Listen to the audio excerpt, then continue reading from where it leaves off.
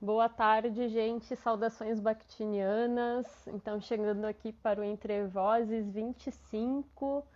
Com muito prazer, a gente está chegando a esse número de diálogos, de trocas. Sempre muito engrandecedor poder dialogar, poder trocar com vocês que estão aqui, que acompanham o canal e ajudam também a divulgá-lo, né? Entre outras pessoas. Olá, sejam todos bem-vindos, bem-vindas ao Entre Vozes. Hoje nós vamos estar aqui com a presença do psicólogo Emerson Pestana, que também é sócio fundador do projeto Seja Homem. É uma satisfação grande, né? Esse diálogo já vem, já é uma decorrência, né? Na semana passada a gente já conversou com 2 integrantes do projeto Seja Homem, e hoje nós vamos estar enfocando um assunto muito sério, que é a depressão, né? Lembrando que essa questão, né, do Setembro Amarelo, eu sempre gosto muito. Oi, Emerson, que bom que tu já chegou aqui. Eu vou fazendo uma introdução antes de te chamar, tá? Só pra gente dar uma contextualizada, né, antes de a gente entrar no nosso papo.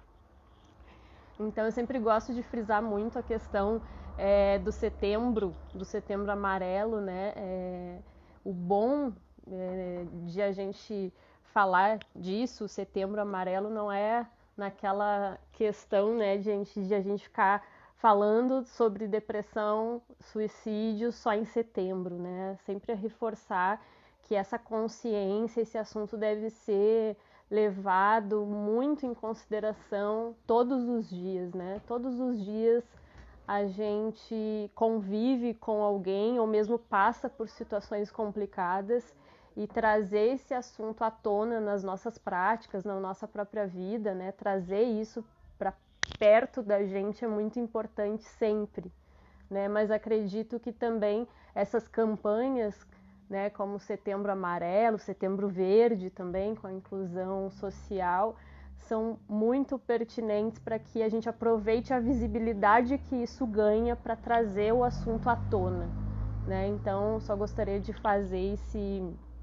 esse reforço aqui, né, que é bem importante. Então, quem já conhece o Entre Vozes, né, sabe que todo final de semana, pelo menos agora nós estamos organizando assim, eu trago um convidado, uma convidada para a gente trocar, para a gente interagir, para a gente dialogar sobre assuntos de vida, de arte, né, pode ser ligado a um assunto acadêmico ou não. A pessoa que está aqui comigo, ela pode ser bactiniana ou não, o canal é Bactin Artista, porque através dessa troca, né, através dessa interação que a gente vai proporcionando aqui, né, desse espaço, eu vou buscando estabelecer algum diálogo, algum entrecruzamento com o pensamento do filósofo Mikhail Bakhtin, tá? Então, a ideia é trazer também o pensamento dele para esse lugar, esse espaço mais íntimo, para que justamente não fique restrito também só o meio acadêmico, né, como muitas vezes a gente vê, né, e para facilitar também relações com a própria vida, que é algo que Bakhtin estimula muito, né, a gente entender arte e vida em conexão, né, então existem vários diálogos já aqui no canal, alguns são bem voltados à questão da dança, né? Enfim, de artes, explicitamente falando, e também assuntos assim, né? Tabus, assuntos que a gente precisa levar em consideração, precisa trazer a diálogo e a problematização, né? E hoje, então, a gente vem nessa sequência falando sobre as masculinidades, né? O projeto Seja Homem já esteve aqui, como eu disse, falando sobre esses modelos de homem, né? O que é ser homem, né? Que é uma questão que o grupo se faz, que o projeto se faz, e que é super importante nesse processo de reeducação, né? Que mulheres nós somos, que homens nós somos, né? Que sociedade é essa que a gente vive e como é que a gente pode atuar para melhorar esse quadro dentro dessa sociedade machista, né? Que contribui para toda uma rede de silenciamentos, né? E é aí que Bakhtin entra, né?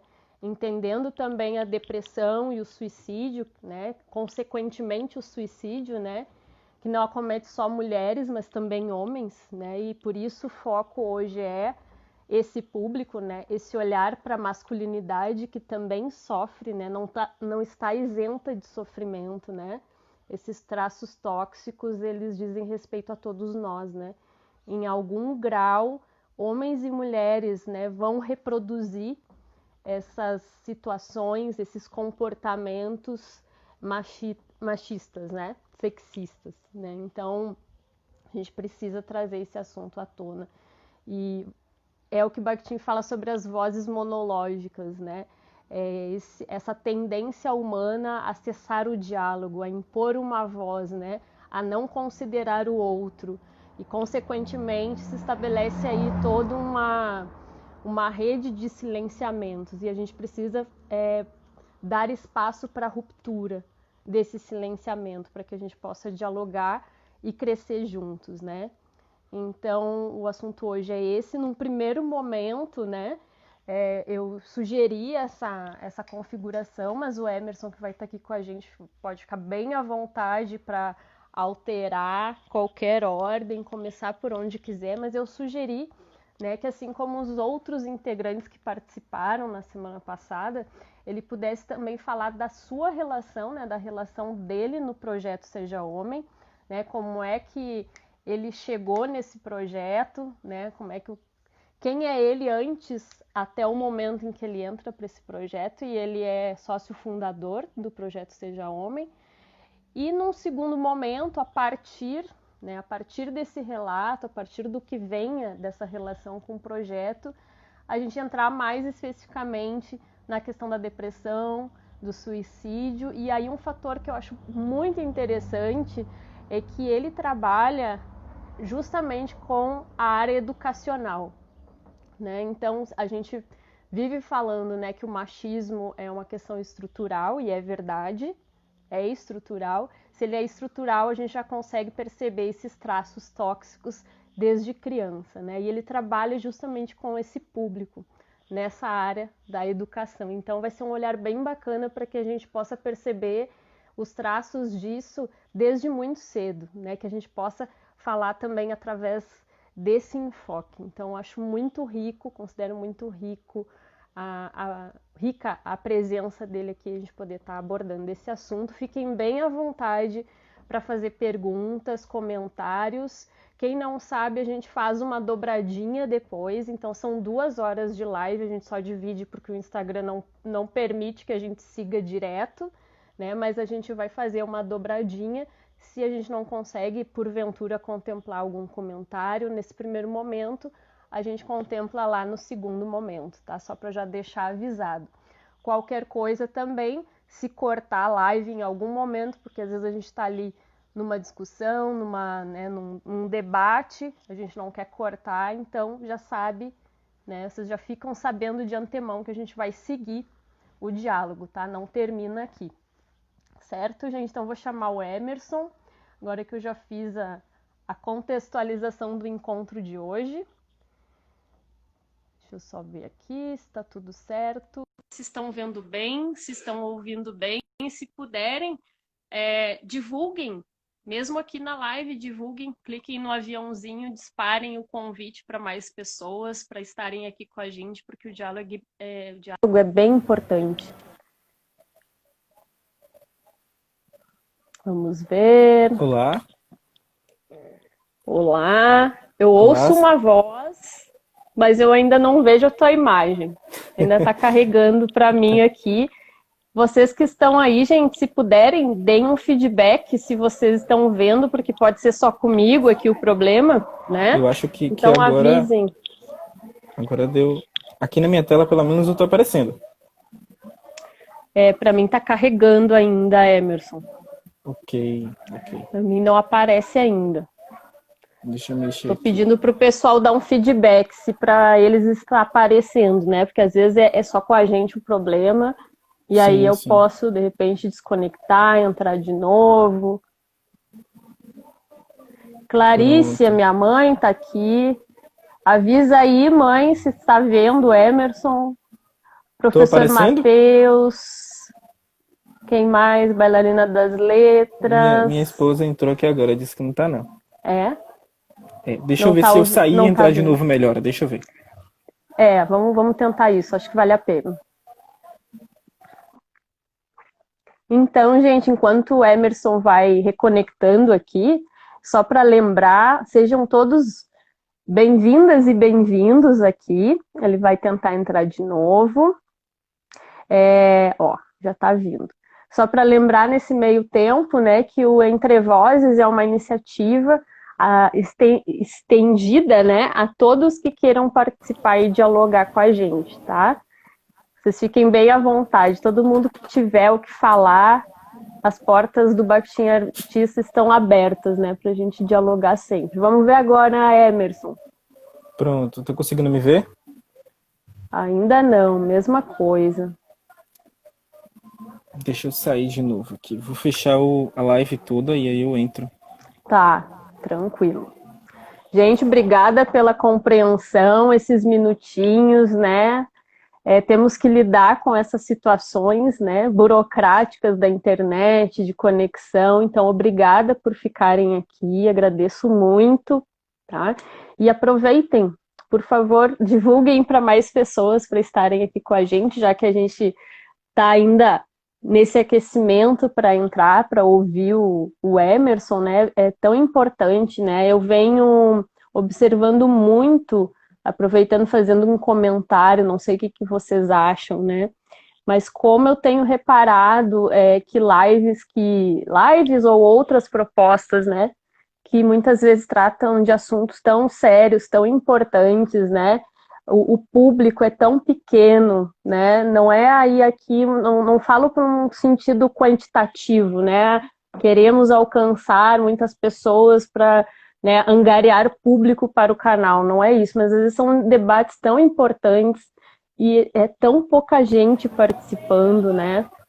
E é tão importante que isso aconteça, então ajudem a divulgar também. Agora sim. Agora foi. Agora foi. Que bom. Pronto. Emerson, muito obrigada pela tua participação, pelo teu aceite em conversar com a gente, é uma grande satisfação. Eu já fiz uma introdução ali, uma contextualizada do que vai rolar hoje, não sei se tu conseguiu escutar, espero que sim, e fica bem à vontade, viu? O espaço é todo teu. Ok. Eu que agradeço pelo convite, fico muito feliz em estar aqui hoje. Eu passei o dia me preparando aqui, né, arrumo umas coisas, arrumo outras, dá uma pesquisada para ver se as informações estão certinhas, mas estamos aqui. Eu sou Emerson Pestana, acho que você já me apresentou. Emerson Pestana, psicólogo, daqui da Bahia, né, Salvador. Trabalho com psicologia escolar e educacional, atuo numa escola aqui de Salvador, mais especificamente alocado com as crianças entre 7 e 10 anos, né, que é o ensino fundamental 1, anos iniciais, fundamental 1, né, como depende da região do Brasil, as pessoas conhecem de forma diferente, né, seja o primário, anos iniciais. Então, aproveitando esse local onde eu estou alocado, eu queria te pedir para eu fazer uma contação de história. Claro! Pronto. Eu vou contar fazer uma contação de história, aproveitando esse local que eu estou alocado, né? Eu gosto muito, eu sempre acabo dizendo isso, mas é sempre bom repetir. Existe literatura infantil e literatura para a infância, né? E esse livro, ele é um livro que fala com a infância dentro de todos nós. É um livro que eu gosto bastante, eu sempre levo para minhas crianças, eles perguntam, professor, de novo? Né? Mas a gente faz as oficinas, então a gente repete, porque cada vez que a gente lê tem uma coisa diferente. E dentro dessa temática de depressão e suicídio, ele é um livro que pega bastante nesse assunto, né? O nome do livro é O Menino Nito, da Sônia Rosa. Eu não sei se eu vou conseguir mostrar as ilustrações, porque no meio da pandemia eu acabei deixando o livro lá na escola, então eu só tenho ele virtualmente aqui, né, uma apresentação das imagens.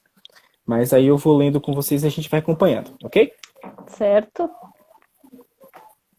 Quando o Nito nasceu, foi uma alegria só. Todo mundo ficou contente. De tão gracinha que era, logo logo começou a ser chamado de Bonito.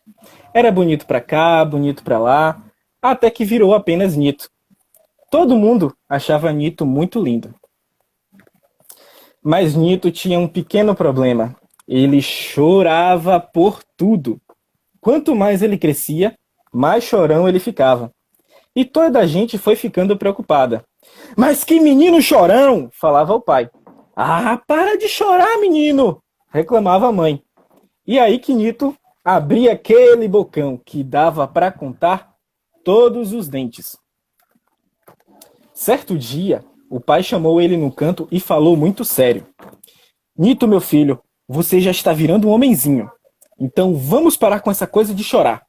Você chora por tudo, meu filho. Homem não chora. Acabou o chororô a partir de hoje.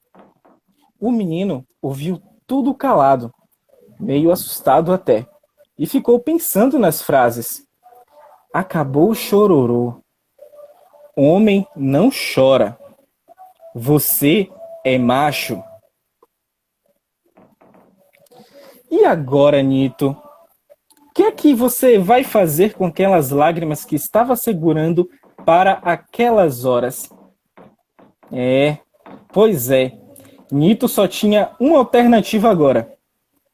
Engolir todos os choros que tivessem vontade de chorar. Pronto, estava resolvido. Homem que é homem não chora? Pronto. O jeito agora é engolir todos esses choros. Assim, desde a conversa com o pai, ninguém mais ouviu Nito chorar. Teve um dia que ele cortou o pé e engoliu 20 choros de uma vez só. Na outra vez, ele cortou o pé e engoliu 5 choros. E aí, quando fez o curativo, chorou 10 choros de uma vez.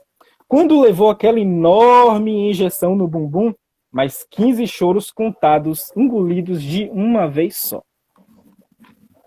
O pessoal foi ficando com a pulga atrás da orelha. Como é que esse menino parou de chorar do nada? Nito, que corria para lá e corria para cá, foi parando de pular, foi parando de correr, foi parando de brincar. Ao final de um mês, o menino já não aguentava nem levantar da cama, de tanto que pesavam os choros engolidos. O pai chamou a mãe num canto.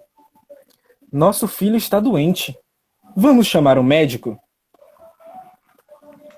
Doutor Aimoré, um velhinho simpático que sempre cuidou de plantas e criancinhas, chegou logo. Conversou com o pai e a mãe e logo foi ver o menino. Nito estava tão cansado e tão tristinho que quando viu o doutor Aimoré, quis logo chorar, mas ele rapidamente engoliu o choro. Depois desse choro engolido, Nito não conseguia nem abrir os olhos. O médico ficou então desconfiado. Oh, meu menino, o que é que está acontecendo? Nito explicou para ele tudinho, os choros que estava engolindo, o dia que ele conversou com o pai, as frases que ficavam na cabeça dele, de que homem não chora, de que ele era macho, que não deveria chorar por nada. E doutor Aimoré ouviu tudo aquilo com muita atenção e falou: Ah, o caso é muito simples, menino. O jeito agora é você desachorar todos os choros engolidos. E ele pediu para a mãe, sem nem esperar nada, para trazer 2 bacias bem grandes. A mãe, sem entender nada, foi buscar, né? Mas, doutor Aimoré, perguntou Nito, como é que desachora? Ora, meu menino bonito, vem aqui, venha pro meu colo, e aí você vai lembrando de todos os choros que você engoliu. E aí você vai desengolir todos eles, um a um, sem esquecer nenhum. Vamos lá, venha, vamos lembrando. Mas, doutor, eu posso? Eu sou homem. Exatamente, porque você é homem que você não pode engolir os choros. Todo homem tem lágrimas, e as lágrimas são para rolar pelo rosto, qualquer rosto, de um homem, de mulher, de criança e gente de idade. Agora vamos parar de papo furado e comece logo a desachorar. Buá, buá! E foi aquela choradeira. Nito chorou as 2 bacias e a mãe teve que pegar mais 2. A vizinhança ficou assustada. A mãe chorou junto. O pai chorou sentido. O médico chorou de emoção. Depois de 4 bacias grandes e 2 baldes bem cheios, Nito colocou seu choro em dia e ficou curado. Neste mesmo dia, o pai chamou seu filho no canto e falou emocionado: Olha, filho, você deve chorar sempre que quiser, mas não chore sem razão. Acho que agora aprendemos a lição. Chorar é bom, até que deixa a gente mais homem. E os dois se abraçaram fortes. Ficaram assim um tempão, um sentindo a batida do coração do outro. A partir daí, entre uma choradinha e outra, com razão, o menino Nito cresceu um menino muito, muito, mas muito feliz. É isso. Essa história, ela é uma história que mexe bastante, né, comigo quando eu faço essa leitura. Porque qual homem, né, que não ouviu essa expressão de que homem não chora, de que homem não pode se expressar, que o homem ele não pode fazer coisas que o tornem menos homem, né? Então eu gosto bastante de lê-la, porque toda vez que eu leio eu acabo tendo uma interpretação diferente, né? Eu não vou conseguir mostrar as ilustrações, mas quando você faz uma leitura completa, né, do livro com todas as ilustrações, ela vai mostrando o Nito construindo uma barreira, né? Ele vai construindo um muro, tijolo por tijolo, a cada vez que ele vai se impedindo de se expressar. E chega um momento em que começam a vazar, né? Começa a vazar água daquela parede. A parede não aguenta. Então, quando chega um momento em que ele libera aquele choro, sai tudo de vez, e as águas elas vão levando tudo que tem pelo caminho, né? A parede é destruída toda de vez. E eu gosto de fazer esse paralelo com a questão da depressão, do suicídio, né? Com a nossa expressão, porque é mais ou menos dessa forma que ocorre, né? Então, eu fui dando uma olhada nos dados, né? Eu sabia que os dados eram absurdos, né? Mas aí eu fui pesquisando mais a fundo e eu fui ficando assustado, né? Cada vez mais que a gente ia entrando nesse mundo da depressão, do suicídio e de vários outros transtornos psicológicos que levam a isso. Então, dentro desse período do Setembro Amarelo, é um livro que eu acho que traz uma carga muito grande, né, de emoção, de história para se contar. Com certeza, Emerson. E isso é muito forte, né? Eu também me emocionei aqui. Eu já estava chorando, né? Aqui por dentro, um pouquinho por fora, mas dá uma tristeza na gente, né? É um misto, né? Ao mesmo tempo, como a arte consegue alcançar a gente e ajudar a gente a desachorar, né? Eu acho já fica isso bem marcado, né? Adorei o começo com essa história, porque, enfim, né? As linguagens nos encantam aqui e começar dessa forma, né? Eu acho que a arte é isso, né? É essa conexão com a vida e a gente não enxergar as coisas separadamente, né? Então, um livro, uma literatura, como a que tu trouxe, fala muito da nossa vida e dos nossos costumes, dos nossos comportamentos, né? Ela não está ali só para ser bonito, né? Só por um enfeite, né? Tem toda uma avaliação social ali, uma valoração social, uma ideologia, né? E a gente precisa reforçar essas ideologias, né? Esses pontos de vista sobre o mundo que vão nos ajudar a construir um outro mundo, né? Mais sensível, mais respeitoso. Então, assim, foi muito lindo, assim. Obrigada por compartilhar. Eu vou deixar nas referências também da nossa live, assim como já tem algumas ali, né? Que eu já coloquei. E a minha mãe falou também, minha mãe é pedagoga, né? Trabalhou muitos anos com as crianças, né? E ela falou também de uma história nessa mesma linha, ela fez um comentário aqui que é Dorita. Eu não sei se eu Vou conheço. anotar.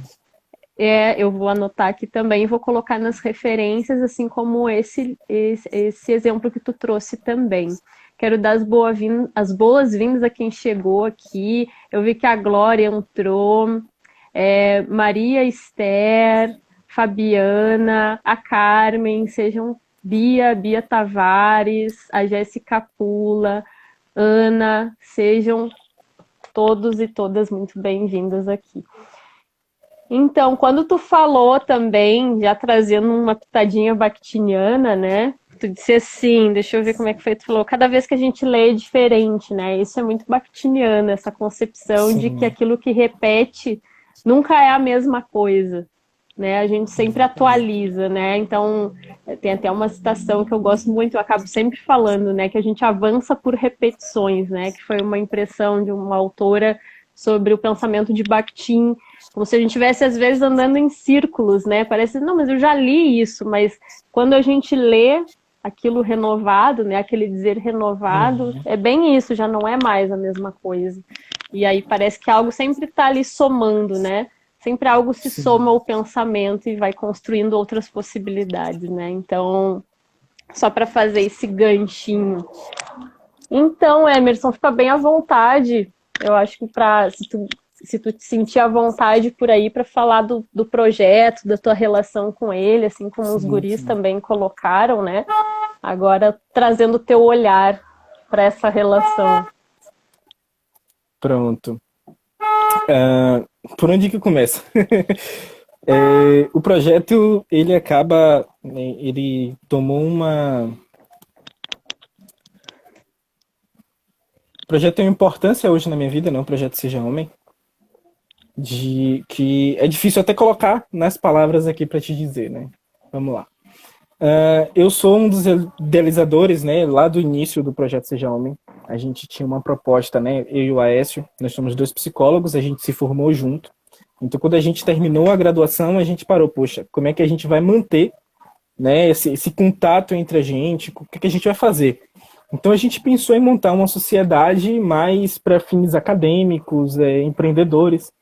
Né? A ideia da gente era montar uma parceria para tentar fazer alguma coisa aí para frente, né? Também manter esse contato pela amizade e tudo mais. Então, o Aécio deu essa ideia. Poxa, cara, ultimamente tenho estudado sobre masculinidade e é um tema que me interessa muito. Então, quando ele jogou essa ideia, eu falei, poxa, interessante, algo que a gente pode montar alguma coisa, alguma ideia para transformar isso em alguma coisa produtiva, né? Alguma coisa que forneça um embasamento. Ótimo. Alguma coisa que forneça uma melhora, né, em algum grau para alguém, nem que seja para nós mesmos. Então, a gente nunca foi, né, esse padrão de homem, esse padrão de masculinidade que nós temos, né, a masculinidade em sua hegemonia. Então, foi algo que a gente acabou gravitando para, né? Então, quando a gente montou o projeto, nós tínhamos esse ideal de tentar falar sobre nós, tentar falar sobre masculinidades e conversar com outros homens. Então, à medida que o projeto ele foi avançando, a gente deu essa proposta da gente pensar em fazer grupos de homens, né, para a gente sentar, conversar, dialogar sobre masculinidade. Nada com uma ideia de terapia, nem nada assim. Era mais um espaço para a gente sentar e conversar sobre nossas ideias do que é ser homem, né? A gente veio com o diálogo de tentar responder, tentar dialogar sobre o que é ser homem, tentar encontrar um ponto comum. Então, a gente foi vendo que só nós dois não tínhamos base, né? Não tínhamos como falar sobre todas as formas de se expressar as masculinidades. Né? A gente não tinha como dar conta das pluralidades de ser homem. Ainda mais porque nós somos héteros, cis, no caso eu sou branco, né? Então a gente tinha várias barreiras, né, que limitavam o nosso conhecimento sobre as masculinidades. Então a gente começou a fazer essas rodas de conversa, né? A gente começou a fazer as rodas de conversa primeiro presencialmente mas por questões do horário, trânsito na cidade, né, por questões de eu ter que sair, eu trabalho num bairro e o local fica em outro, então o acesso era super complicado, então as rodas de conversa só podiam acontecer à noite, e nem sempre as pessoas podiam comparecer, né, as pessoas se inscreviam, mas quando dava a hora, a gente recebia muitas mensagens, eu não vou poder ir. Então, assim, nossa primeira roda de conversa presencial foi eu, sentado, e a Edson na minha frente, e a gente conversando. E na segunda a gente já teve 3 pessoas, 4 pessoas, 5, mas a gente não conseguia passar daí. Até que chegou um momento em que a gente ficou insustentável, né? Até pela questão de que as rodas de conversa aconteciam no espaço onde o Aécio, ele atende, né, clínica. Então, quando não tinha atendimento, ele falava, olha só, rolou uma vaguinha aqui, bota um post lá no Instagram, convida a galera para ver. E aí era nessa correria, né? A gente postava às vezes no dia anterior, pro outro dia, enfim. A gente tinha um pessoal geralmente que ia. Então, chegou um momento em que a gente não conseguia mais manter, né? Por questões de agenda, né? A rotina vai ficando mais complicada. E em março desse ano, a gente conseguiu, né? Dentro da pandemia, a gente ouvia muita gente relatando que estava com dificuldade de lidar com a pandemia, que estava muito ansioso, estava se sentindo isolado. Então, a gente propôs, né, dar um espaço para que os homens conversassem entre si. A gente tem a ideia de que os homens eles têm essa dificuldade, a gente não é ensinado a conversar, a gente não é ensinado a dialogar sobre questões pessoais. Então a gente abre esse espaço, né, aqui para que a gente promova essa conversa, né, para que os homens eles aprendam e eles queiram conversar com outros homens. Então a gente garante um espaço seguro, privacidade, né, para que a gente forneça um espaço, né, para que essas pessoas conversem. Então, o projeto foi, né, a gente foi alcançando mais pessoas e a partir de, se eu não me engano, meados de abril, início de maio, a gente começou a ter rodas de conversa temáticas, né?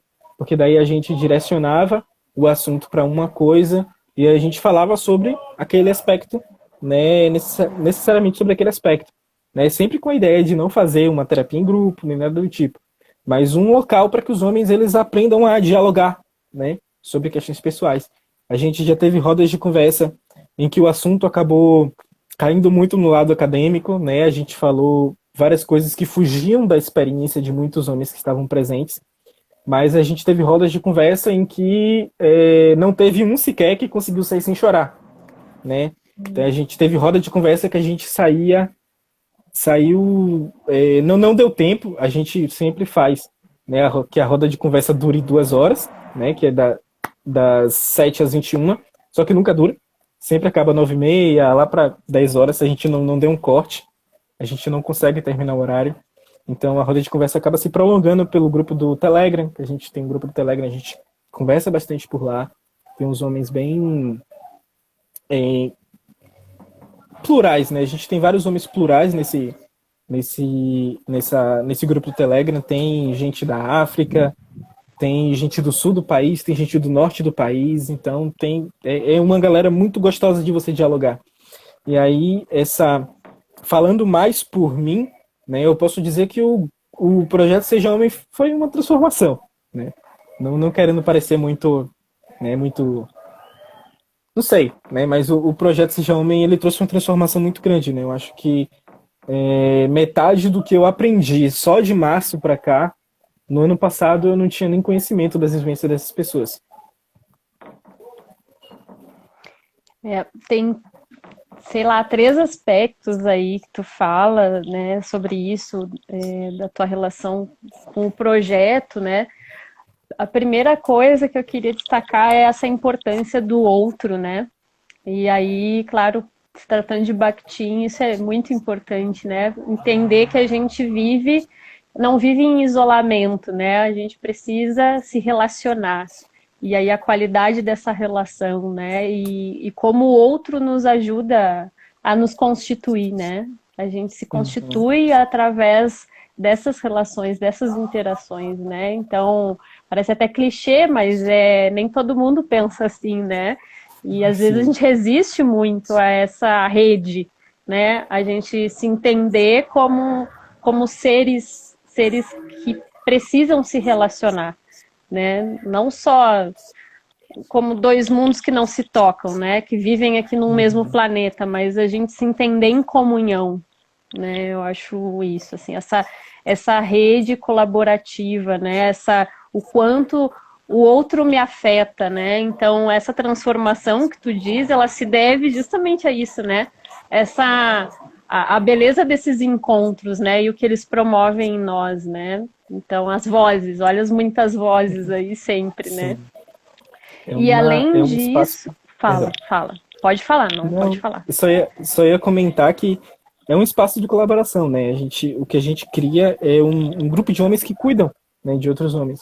Então, recentemente, teve no grupo pessoas que estavam se sentindo mal, que estavam para baixo, e aí o cara ele jogou no grupo, galera, poxa, eu tô mal hoje, o que é que vocês fazem nesses dias que vocês acordam assim? E aí na mesma hora surgiam 3, 4, 5 homens ajudando, né? Não, cara, você pode botar uma música, comigo funciona, também passo por isso. Então é aquela ideia de que a gente não tá sozinho, né? A gente precisa do outro, né? Pra avançar. A gente não precisa ser inimigo, a gente não precisa estar sempre competindo um com o outro para ver quem é mais homem, para ver quem é mais viril, quem é másculo. Nós somos todos seres humanos, somos todos pessoas. Por que não colaborar? Com certeza. E é linda essa iniciativa de vocês, eu já falei, né, mas estou repetindo e por isso convidei vocês, porque acredito que deve ser muito estimulado isso, né, eu acho que todas um pouco que eu falei sobre no início, né, enquanto estava tentando reconectar, que eu tenho percebido às vezes um número baixo de pessoas quando o assunto se trata disso, quando são esses assuntos mais sérios, que mexem nessas feridas, né, como a gente vê pouco público muitas vezes, né? E isso também é reflexo desse nosso mundo, às vezes, que dessa nossa resistência em escutar, em dialogar. Eu acho que especialmente escutar, né? Que é um exercício para todos nós, né? A gente aprender a escutar e a partir dessa escuta dialogar e a partir desse diálogo a gente trazer problematizações, né? E de modo respeitoso, que eu acho que é o que precisa imperar, né? Aquela história, né? Até quando a gente conversou, a gente falou, né? Tem alguns pontos que a gente pode divergir, a gente pode tá pensando, ainda tá maturando algo e não tratar isso como uma verdade absoluta, né? Quando a gente vai expor algo a alguém. Não é um ataque, né? Entender que isso não precisa ser um ataque, a gente não precisa estar o tempo todo se defendendo, né? Eu acho que é quando a gente consegue chegar, né, num espaço em que a gente diz, olha, eu tô sentindo isso, né? A partir do que tu me traz, eu sinto isso. E tu, né? É uma troca. É uma troca. E aí eu acho que a gente supera uma outra camada, né? Eu acho que é isso que a gente espera. E quando tu fala eu fui tomando nota de algumas coisas aqui, por isso que eu fico olhando para baixo às vezes. Assim, ó, quando tu fala, né, começou comigo e o Aécio, aliás, o Aécio chegou, tu viu, já é a segunda vez que a gente fala no nome dele, ele chega na hora, né? Nem na hora. Tem alguma coisa com isso, né? Ele chega justo no ponto quando a gente fala nele. E aí, quando a gente estava falando disso, tu falou, né? Teve uma hora que a gente não deu conta, a gente não estava dando conta, né? E como as coisas foram fluindo naturalmente. Eu lembro que tu falou assim, no início não era esse formato de diálogo, né? Foi acontecendo naturalmente. E aí esse pensamento bakhtiniano também entra aí, né? De que a gente não precisa saber as coisas a priori, né? A gente não tem que estar em busca do que a gente já sabe que vai achar, né? Porque não é a teoria que mobiliza, é a vida, né? É o que vai fluindo, é esse processo, né? E aí, de novo, a importância da gente ser escuta, né? Para o processo, estar aberto, porque às vezes o que vai acontecendo é muito melhor do que o que a gente idealizou, né? O que a gente programou, né?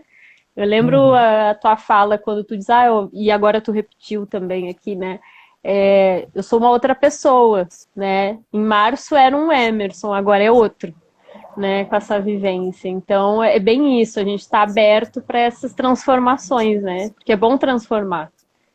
Então, e a questão da pandemia, só pegando um último gancho nessa tua fala, é isso, né? Eu me lembro que tu disse, tá todo mundo enlouquecendo com a pandemia, sofrendo com isso, né? Os impactos disso.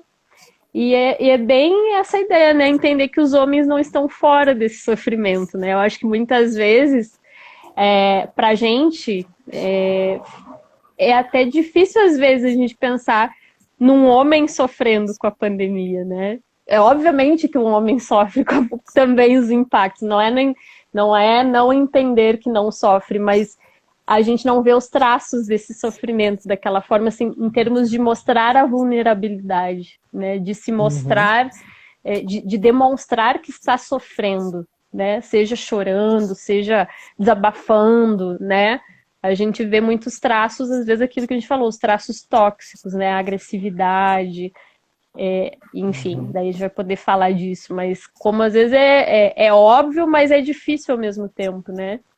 E entender Isso. assim, não, os homens não estão isentos, eles não sofrem menos, né? É, como tu disse, e a gente já sabe, somos todos seres humanos, somos iguais, né? Então, mas temos as nossas diferenças no modo de apresentar isso para o outro, né? De demonstrar Uhum. isso no mundo. E aí eu acho que a gente já vai entrando justamente no.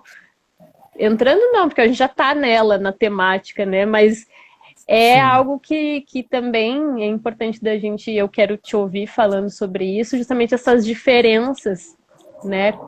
Entre um homem manifestar esses sinais, né, de depressão, desse alerta de ajuda e uma mulher, né, as mulheres, assim, dentro de uma tendência, né. Então aí tu vai poder falar melhor sobre isso. Pronto. Eu tinha preparado, né, todo um esquema aqui que eu tinha pesquisado e eu acabei encontrando até informações a mais, né, que eu não sabia. E a Clarice, ela fez um comentário aqui. Desculpa Uhum. comentar sobre o comentário, Não, mas foi pode, porque eu fica achei bem à interessante. vontade, tu pode me ajudar com isso, com certeza. É que a Clarice comentou comentário, botou um comentário aqui. Acredito que o Aécio e o Emerson têm muito para nos dizer sobre o silêncio dos homens, né?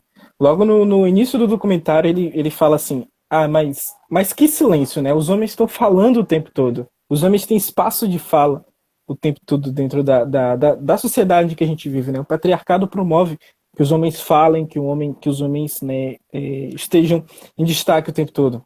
Mas o que preocupa é o que é que o homem não fala, o que é que está por trás daquilo que o homem está falando, falando, falando, né? Então, o que está por trás disso é homens morrendo 4 vezes mais, né, por suicídio aqui no Brasil. Tá por trás, os homens idosos, eles estão morrendo cada vez mais no Brasil, né? Se eu não me engano, a gente teve um aumento de 2018 para 2019 de 18%, né, dos homens idosos, principalmente aí no sul. Os homens, eles são tão criados, né? Eu acho que na semana passada, não sei se foi o João ou foi o Will, já falou do conceito, né, da caixa do homem. Eu não vou me Uhum, prolongar muito, não vou me prolongar muito nisso, porque é o que já uhum, foi dito, acho que a gente acaba uhum, complementando, né?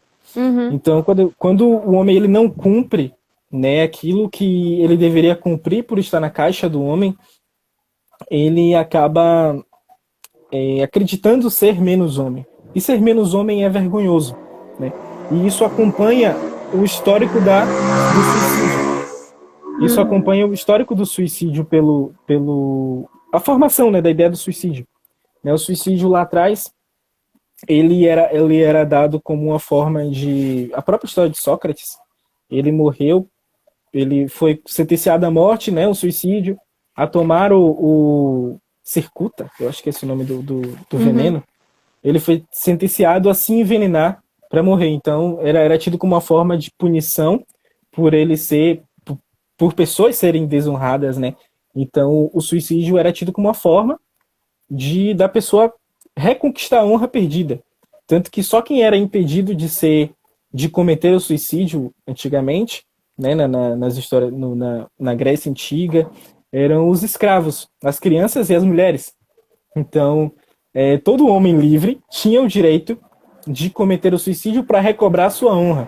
E aí a gente vai avançando pela história. O suicídio, né, no Japão antigo, no Japão feudal, existia o ritual do seppuku, né, o haikiri também, que os homens, né, eles se suicidavam, acho que é haikiri, eu não lembro se é essa palavra.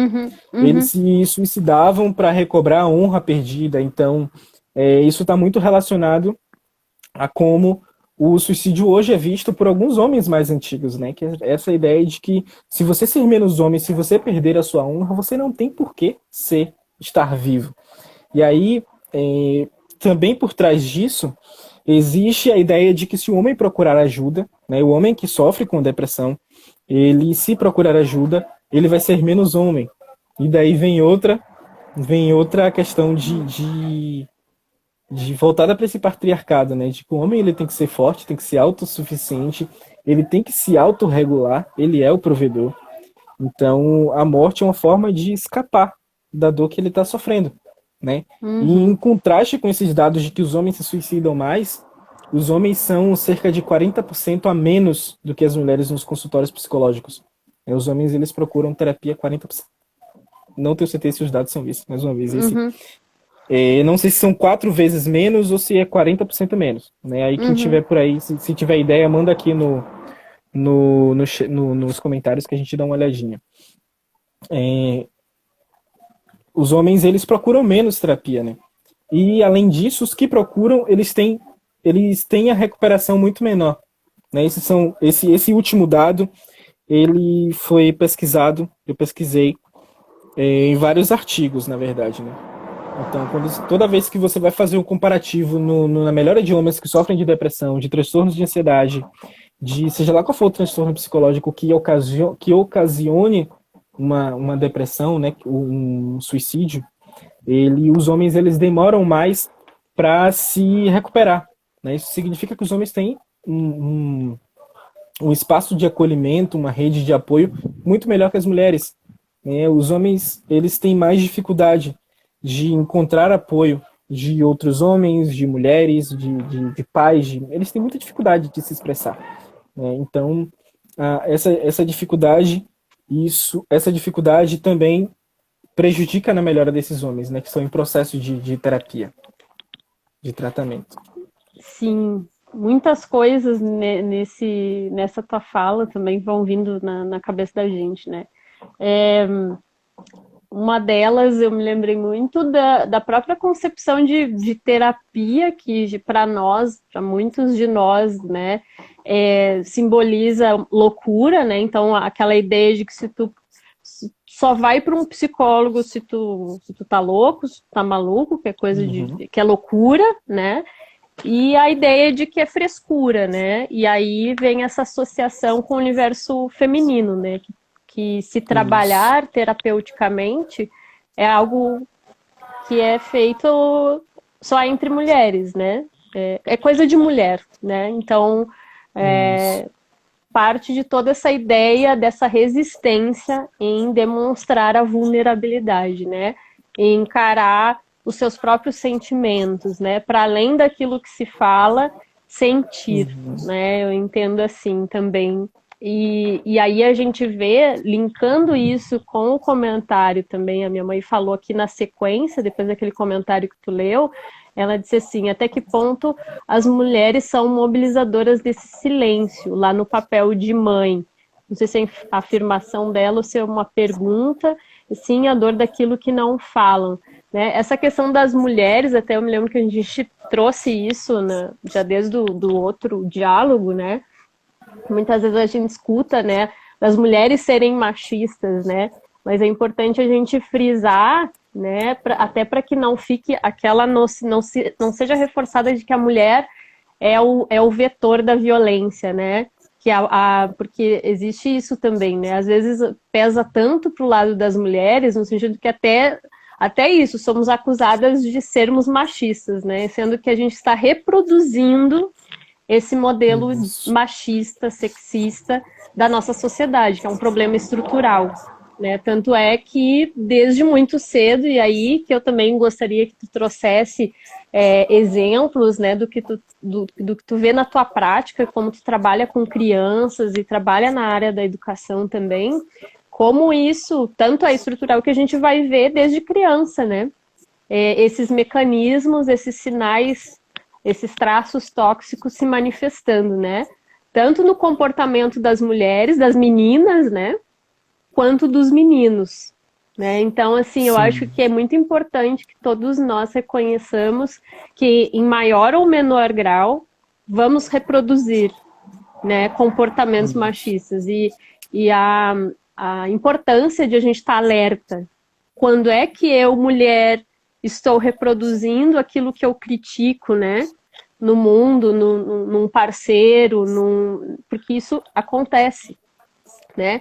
Mas sem a gente também se desligar da noção de que isso é reprodução e que o grande vetor é a masculinidade hegemônica, como vocês falam, né? Depois a gente entra de repente nisso, que é como a gente reconhece e geralmente denomina como essa masculinidade tóxica, né?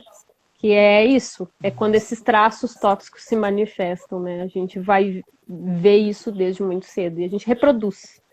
A gente reproduz. Isso. E quando vocês falam em masculinidades plurais, é para a gente entender, né? A gente já falou disso, mas é entender que não existe um modelo, não existe um padrão e ele não precisa estar necessariamente vinculado a uma ideia de toxicidade, né, Emerson? Isso.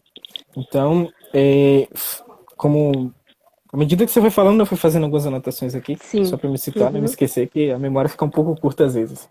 Então, quando quando você vem falando, né, da questão do homem, quando ele é visto como algo que é coisa de mulher, ele se inferioriza, né?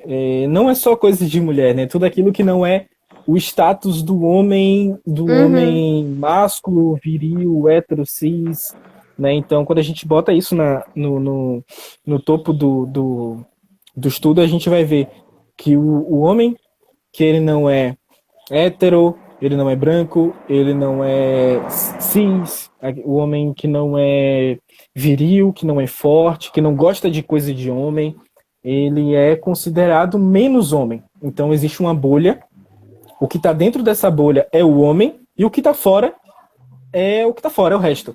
É a mulherzinha, é o viadinho, é a menininha. Veja que não é a mulher, o homossexual, é sempre tentando reduzir aquilo, né? Existe uma manutenção das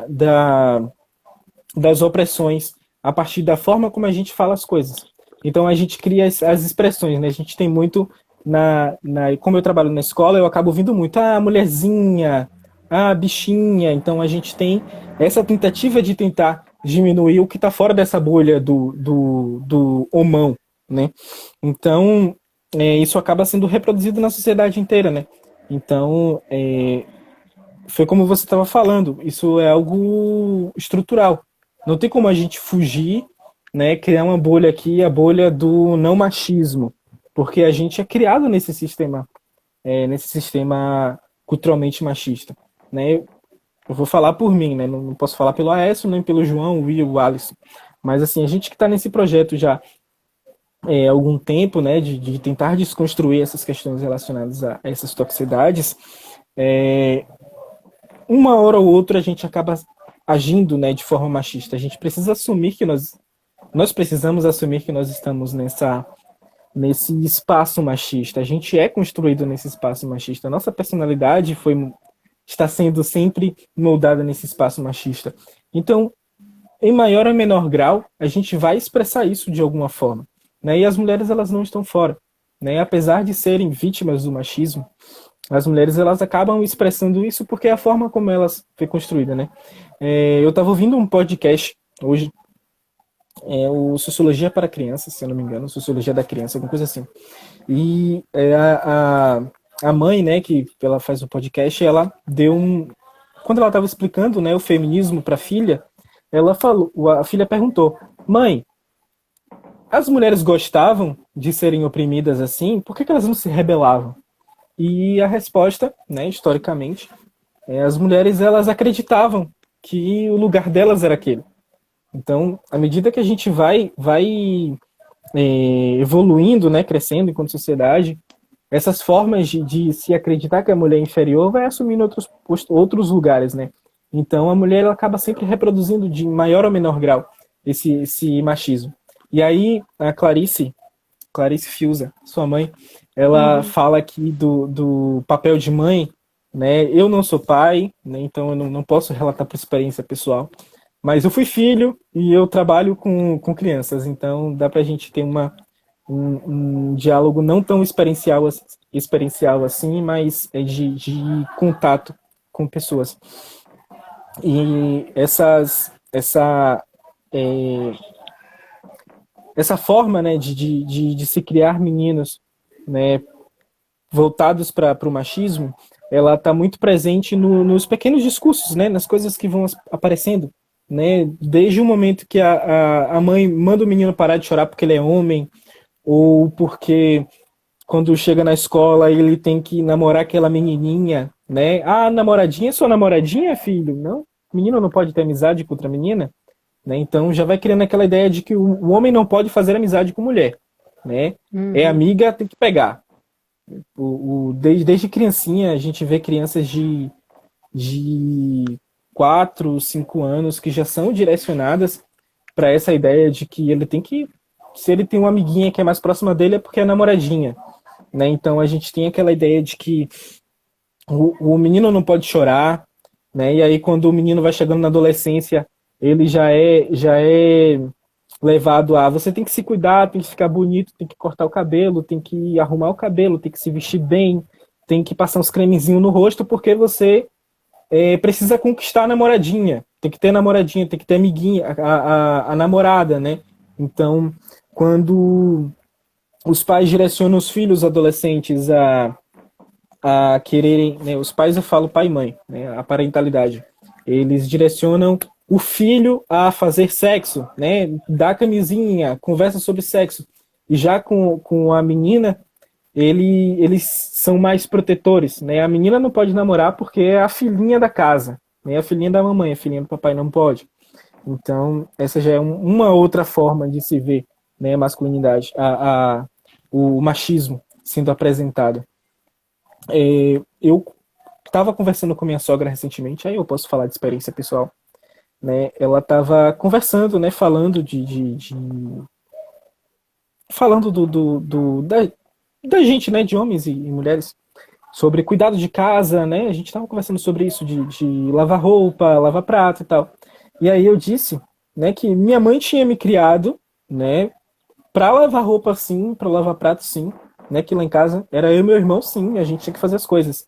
E aí ela perguntou, né? Mas isso foi porque não tinha nenhuma mulher em casa para fazer isso? Ou porque realmente ela se preocupava que vocês aprendessem a fazer isso? Se vocês tivessem uma irmã, será que você estaria fazendo as atividades de casa? Ou será que vocês ficariam de perna para cima? Enfim, sim, tranquilo. Vou só tomar cuidado para só adiantando aqui para o final.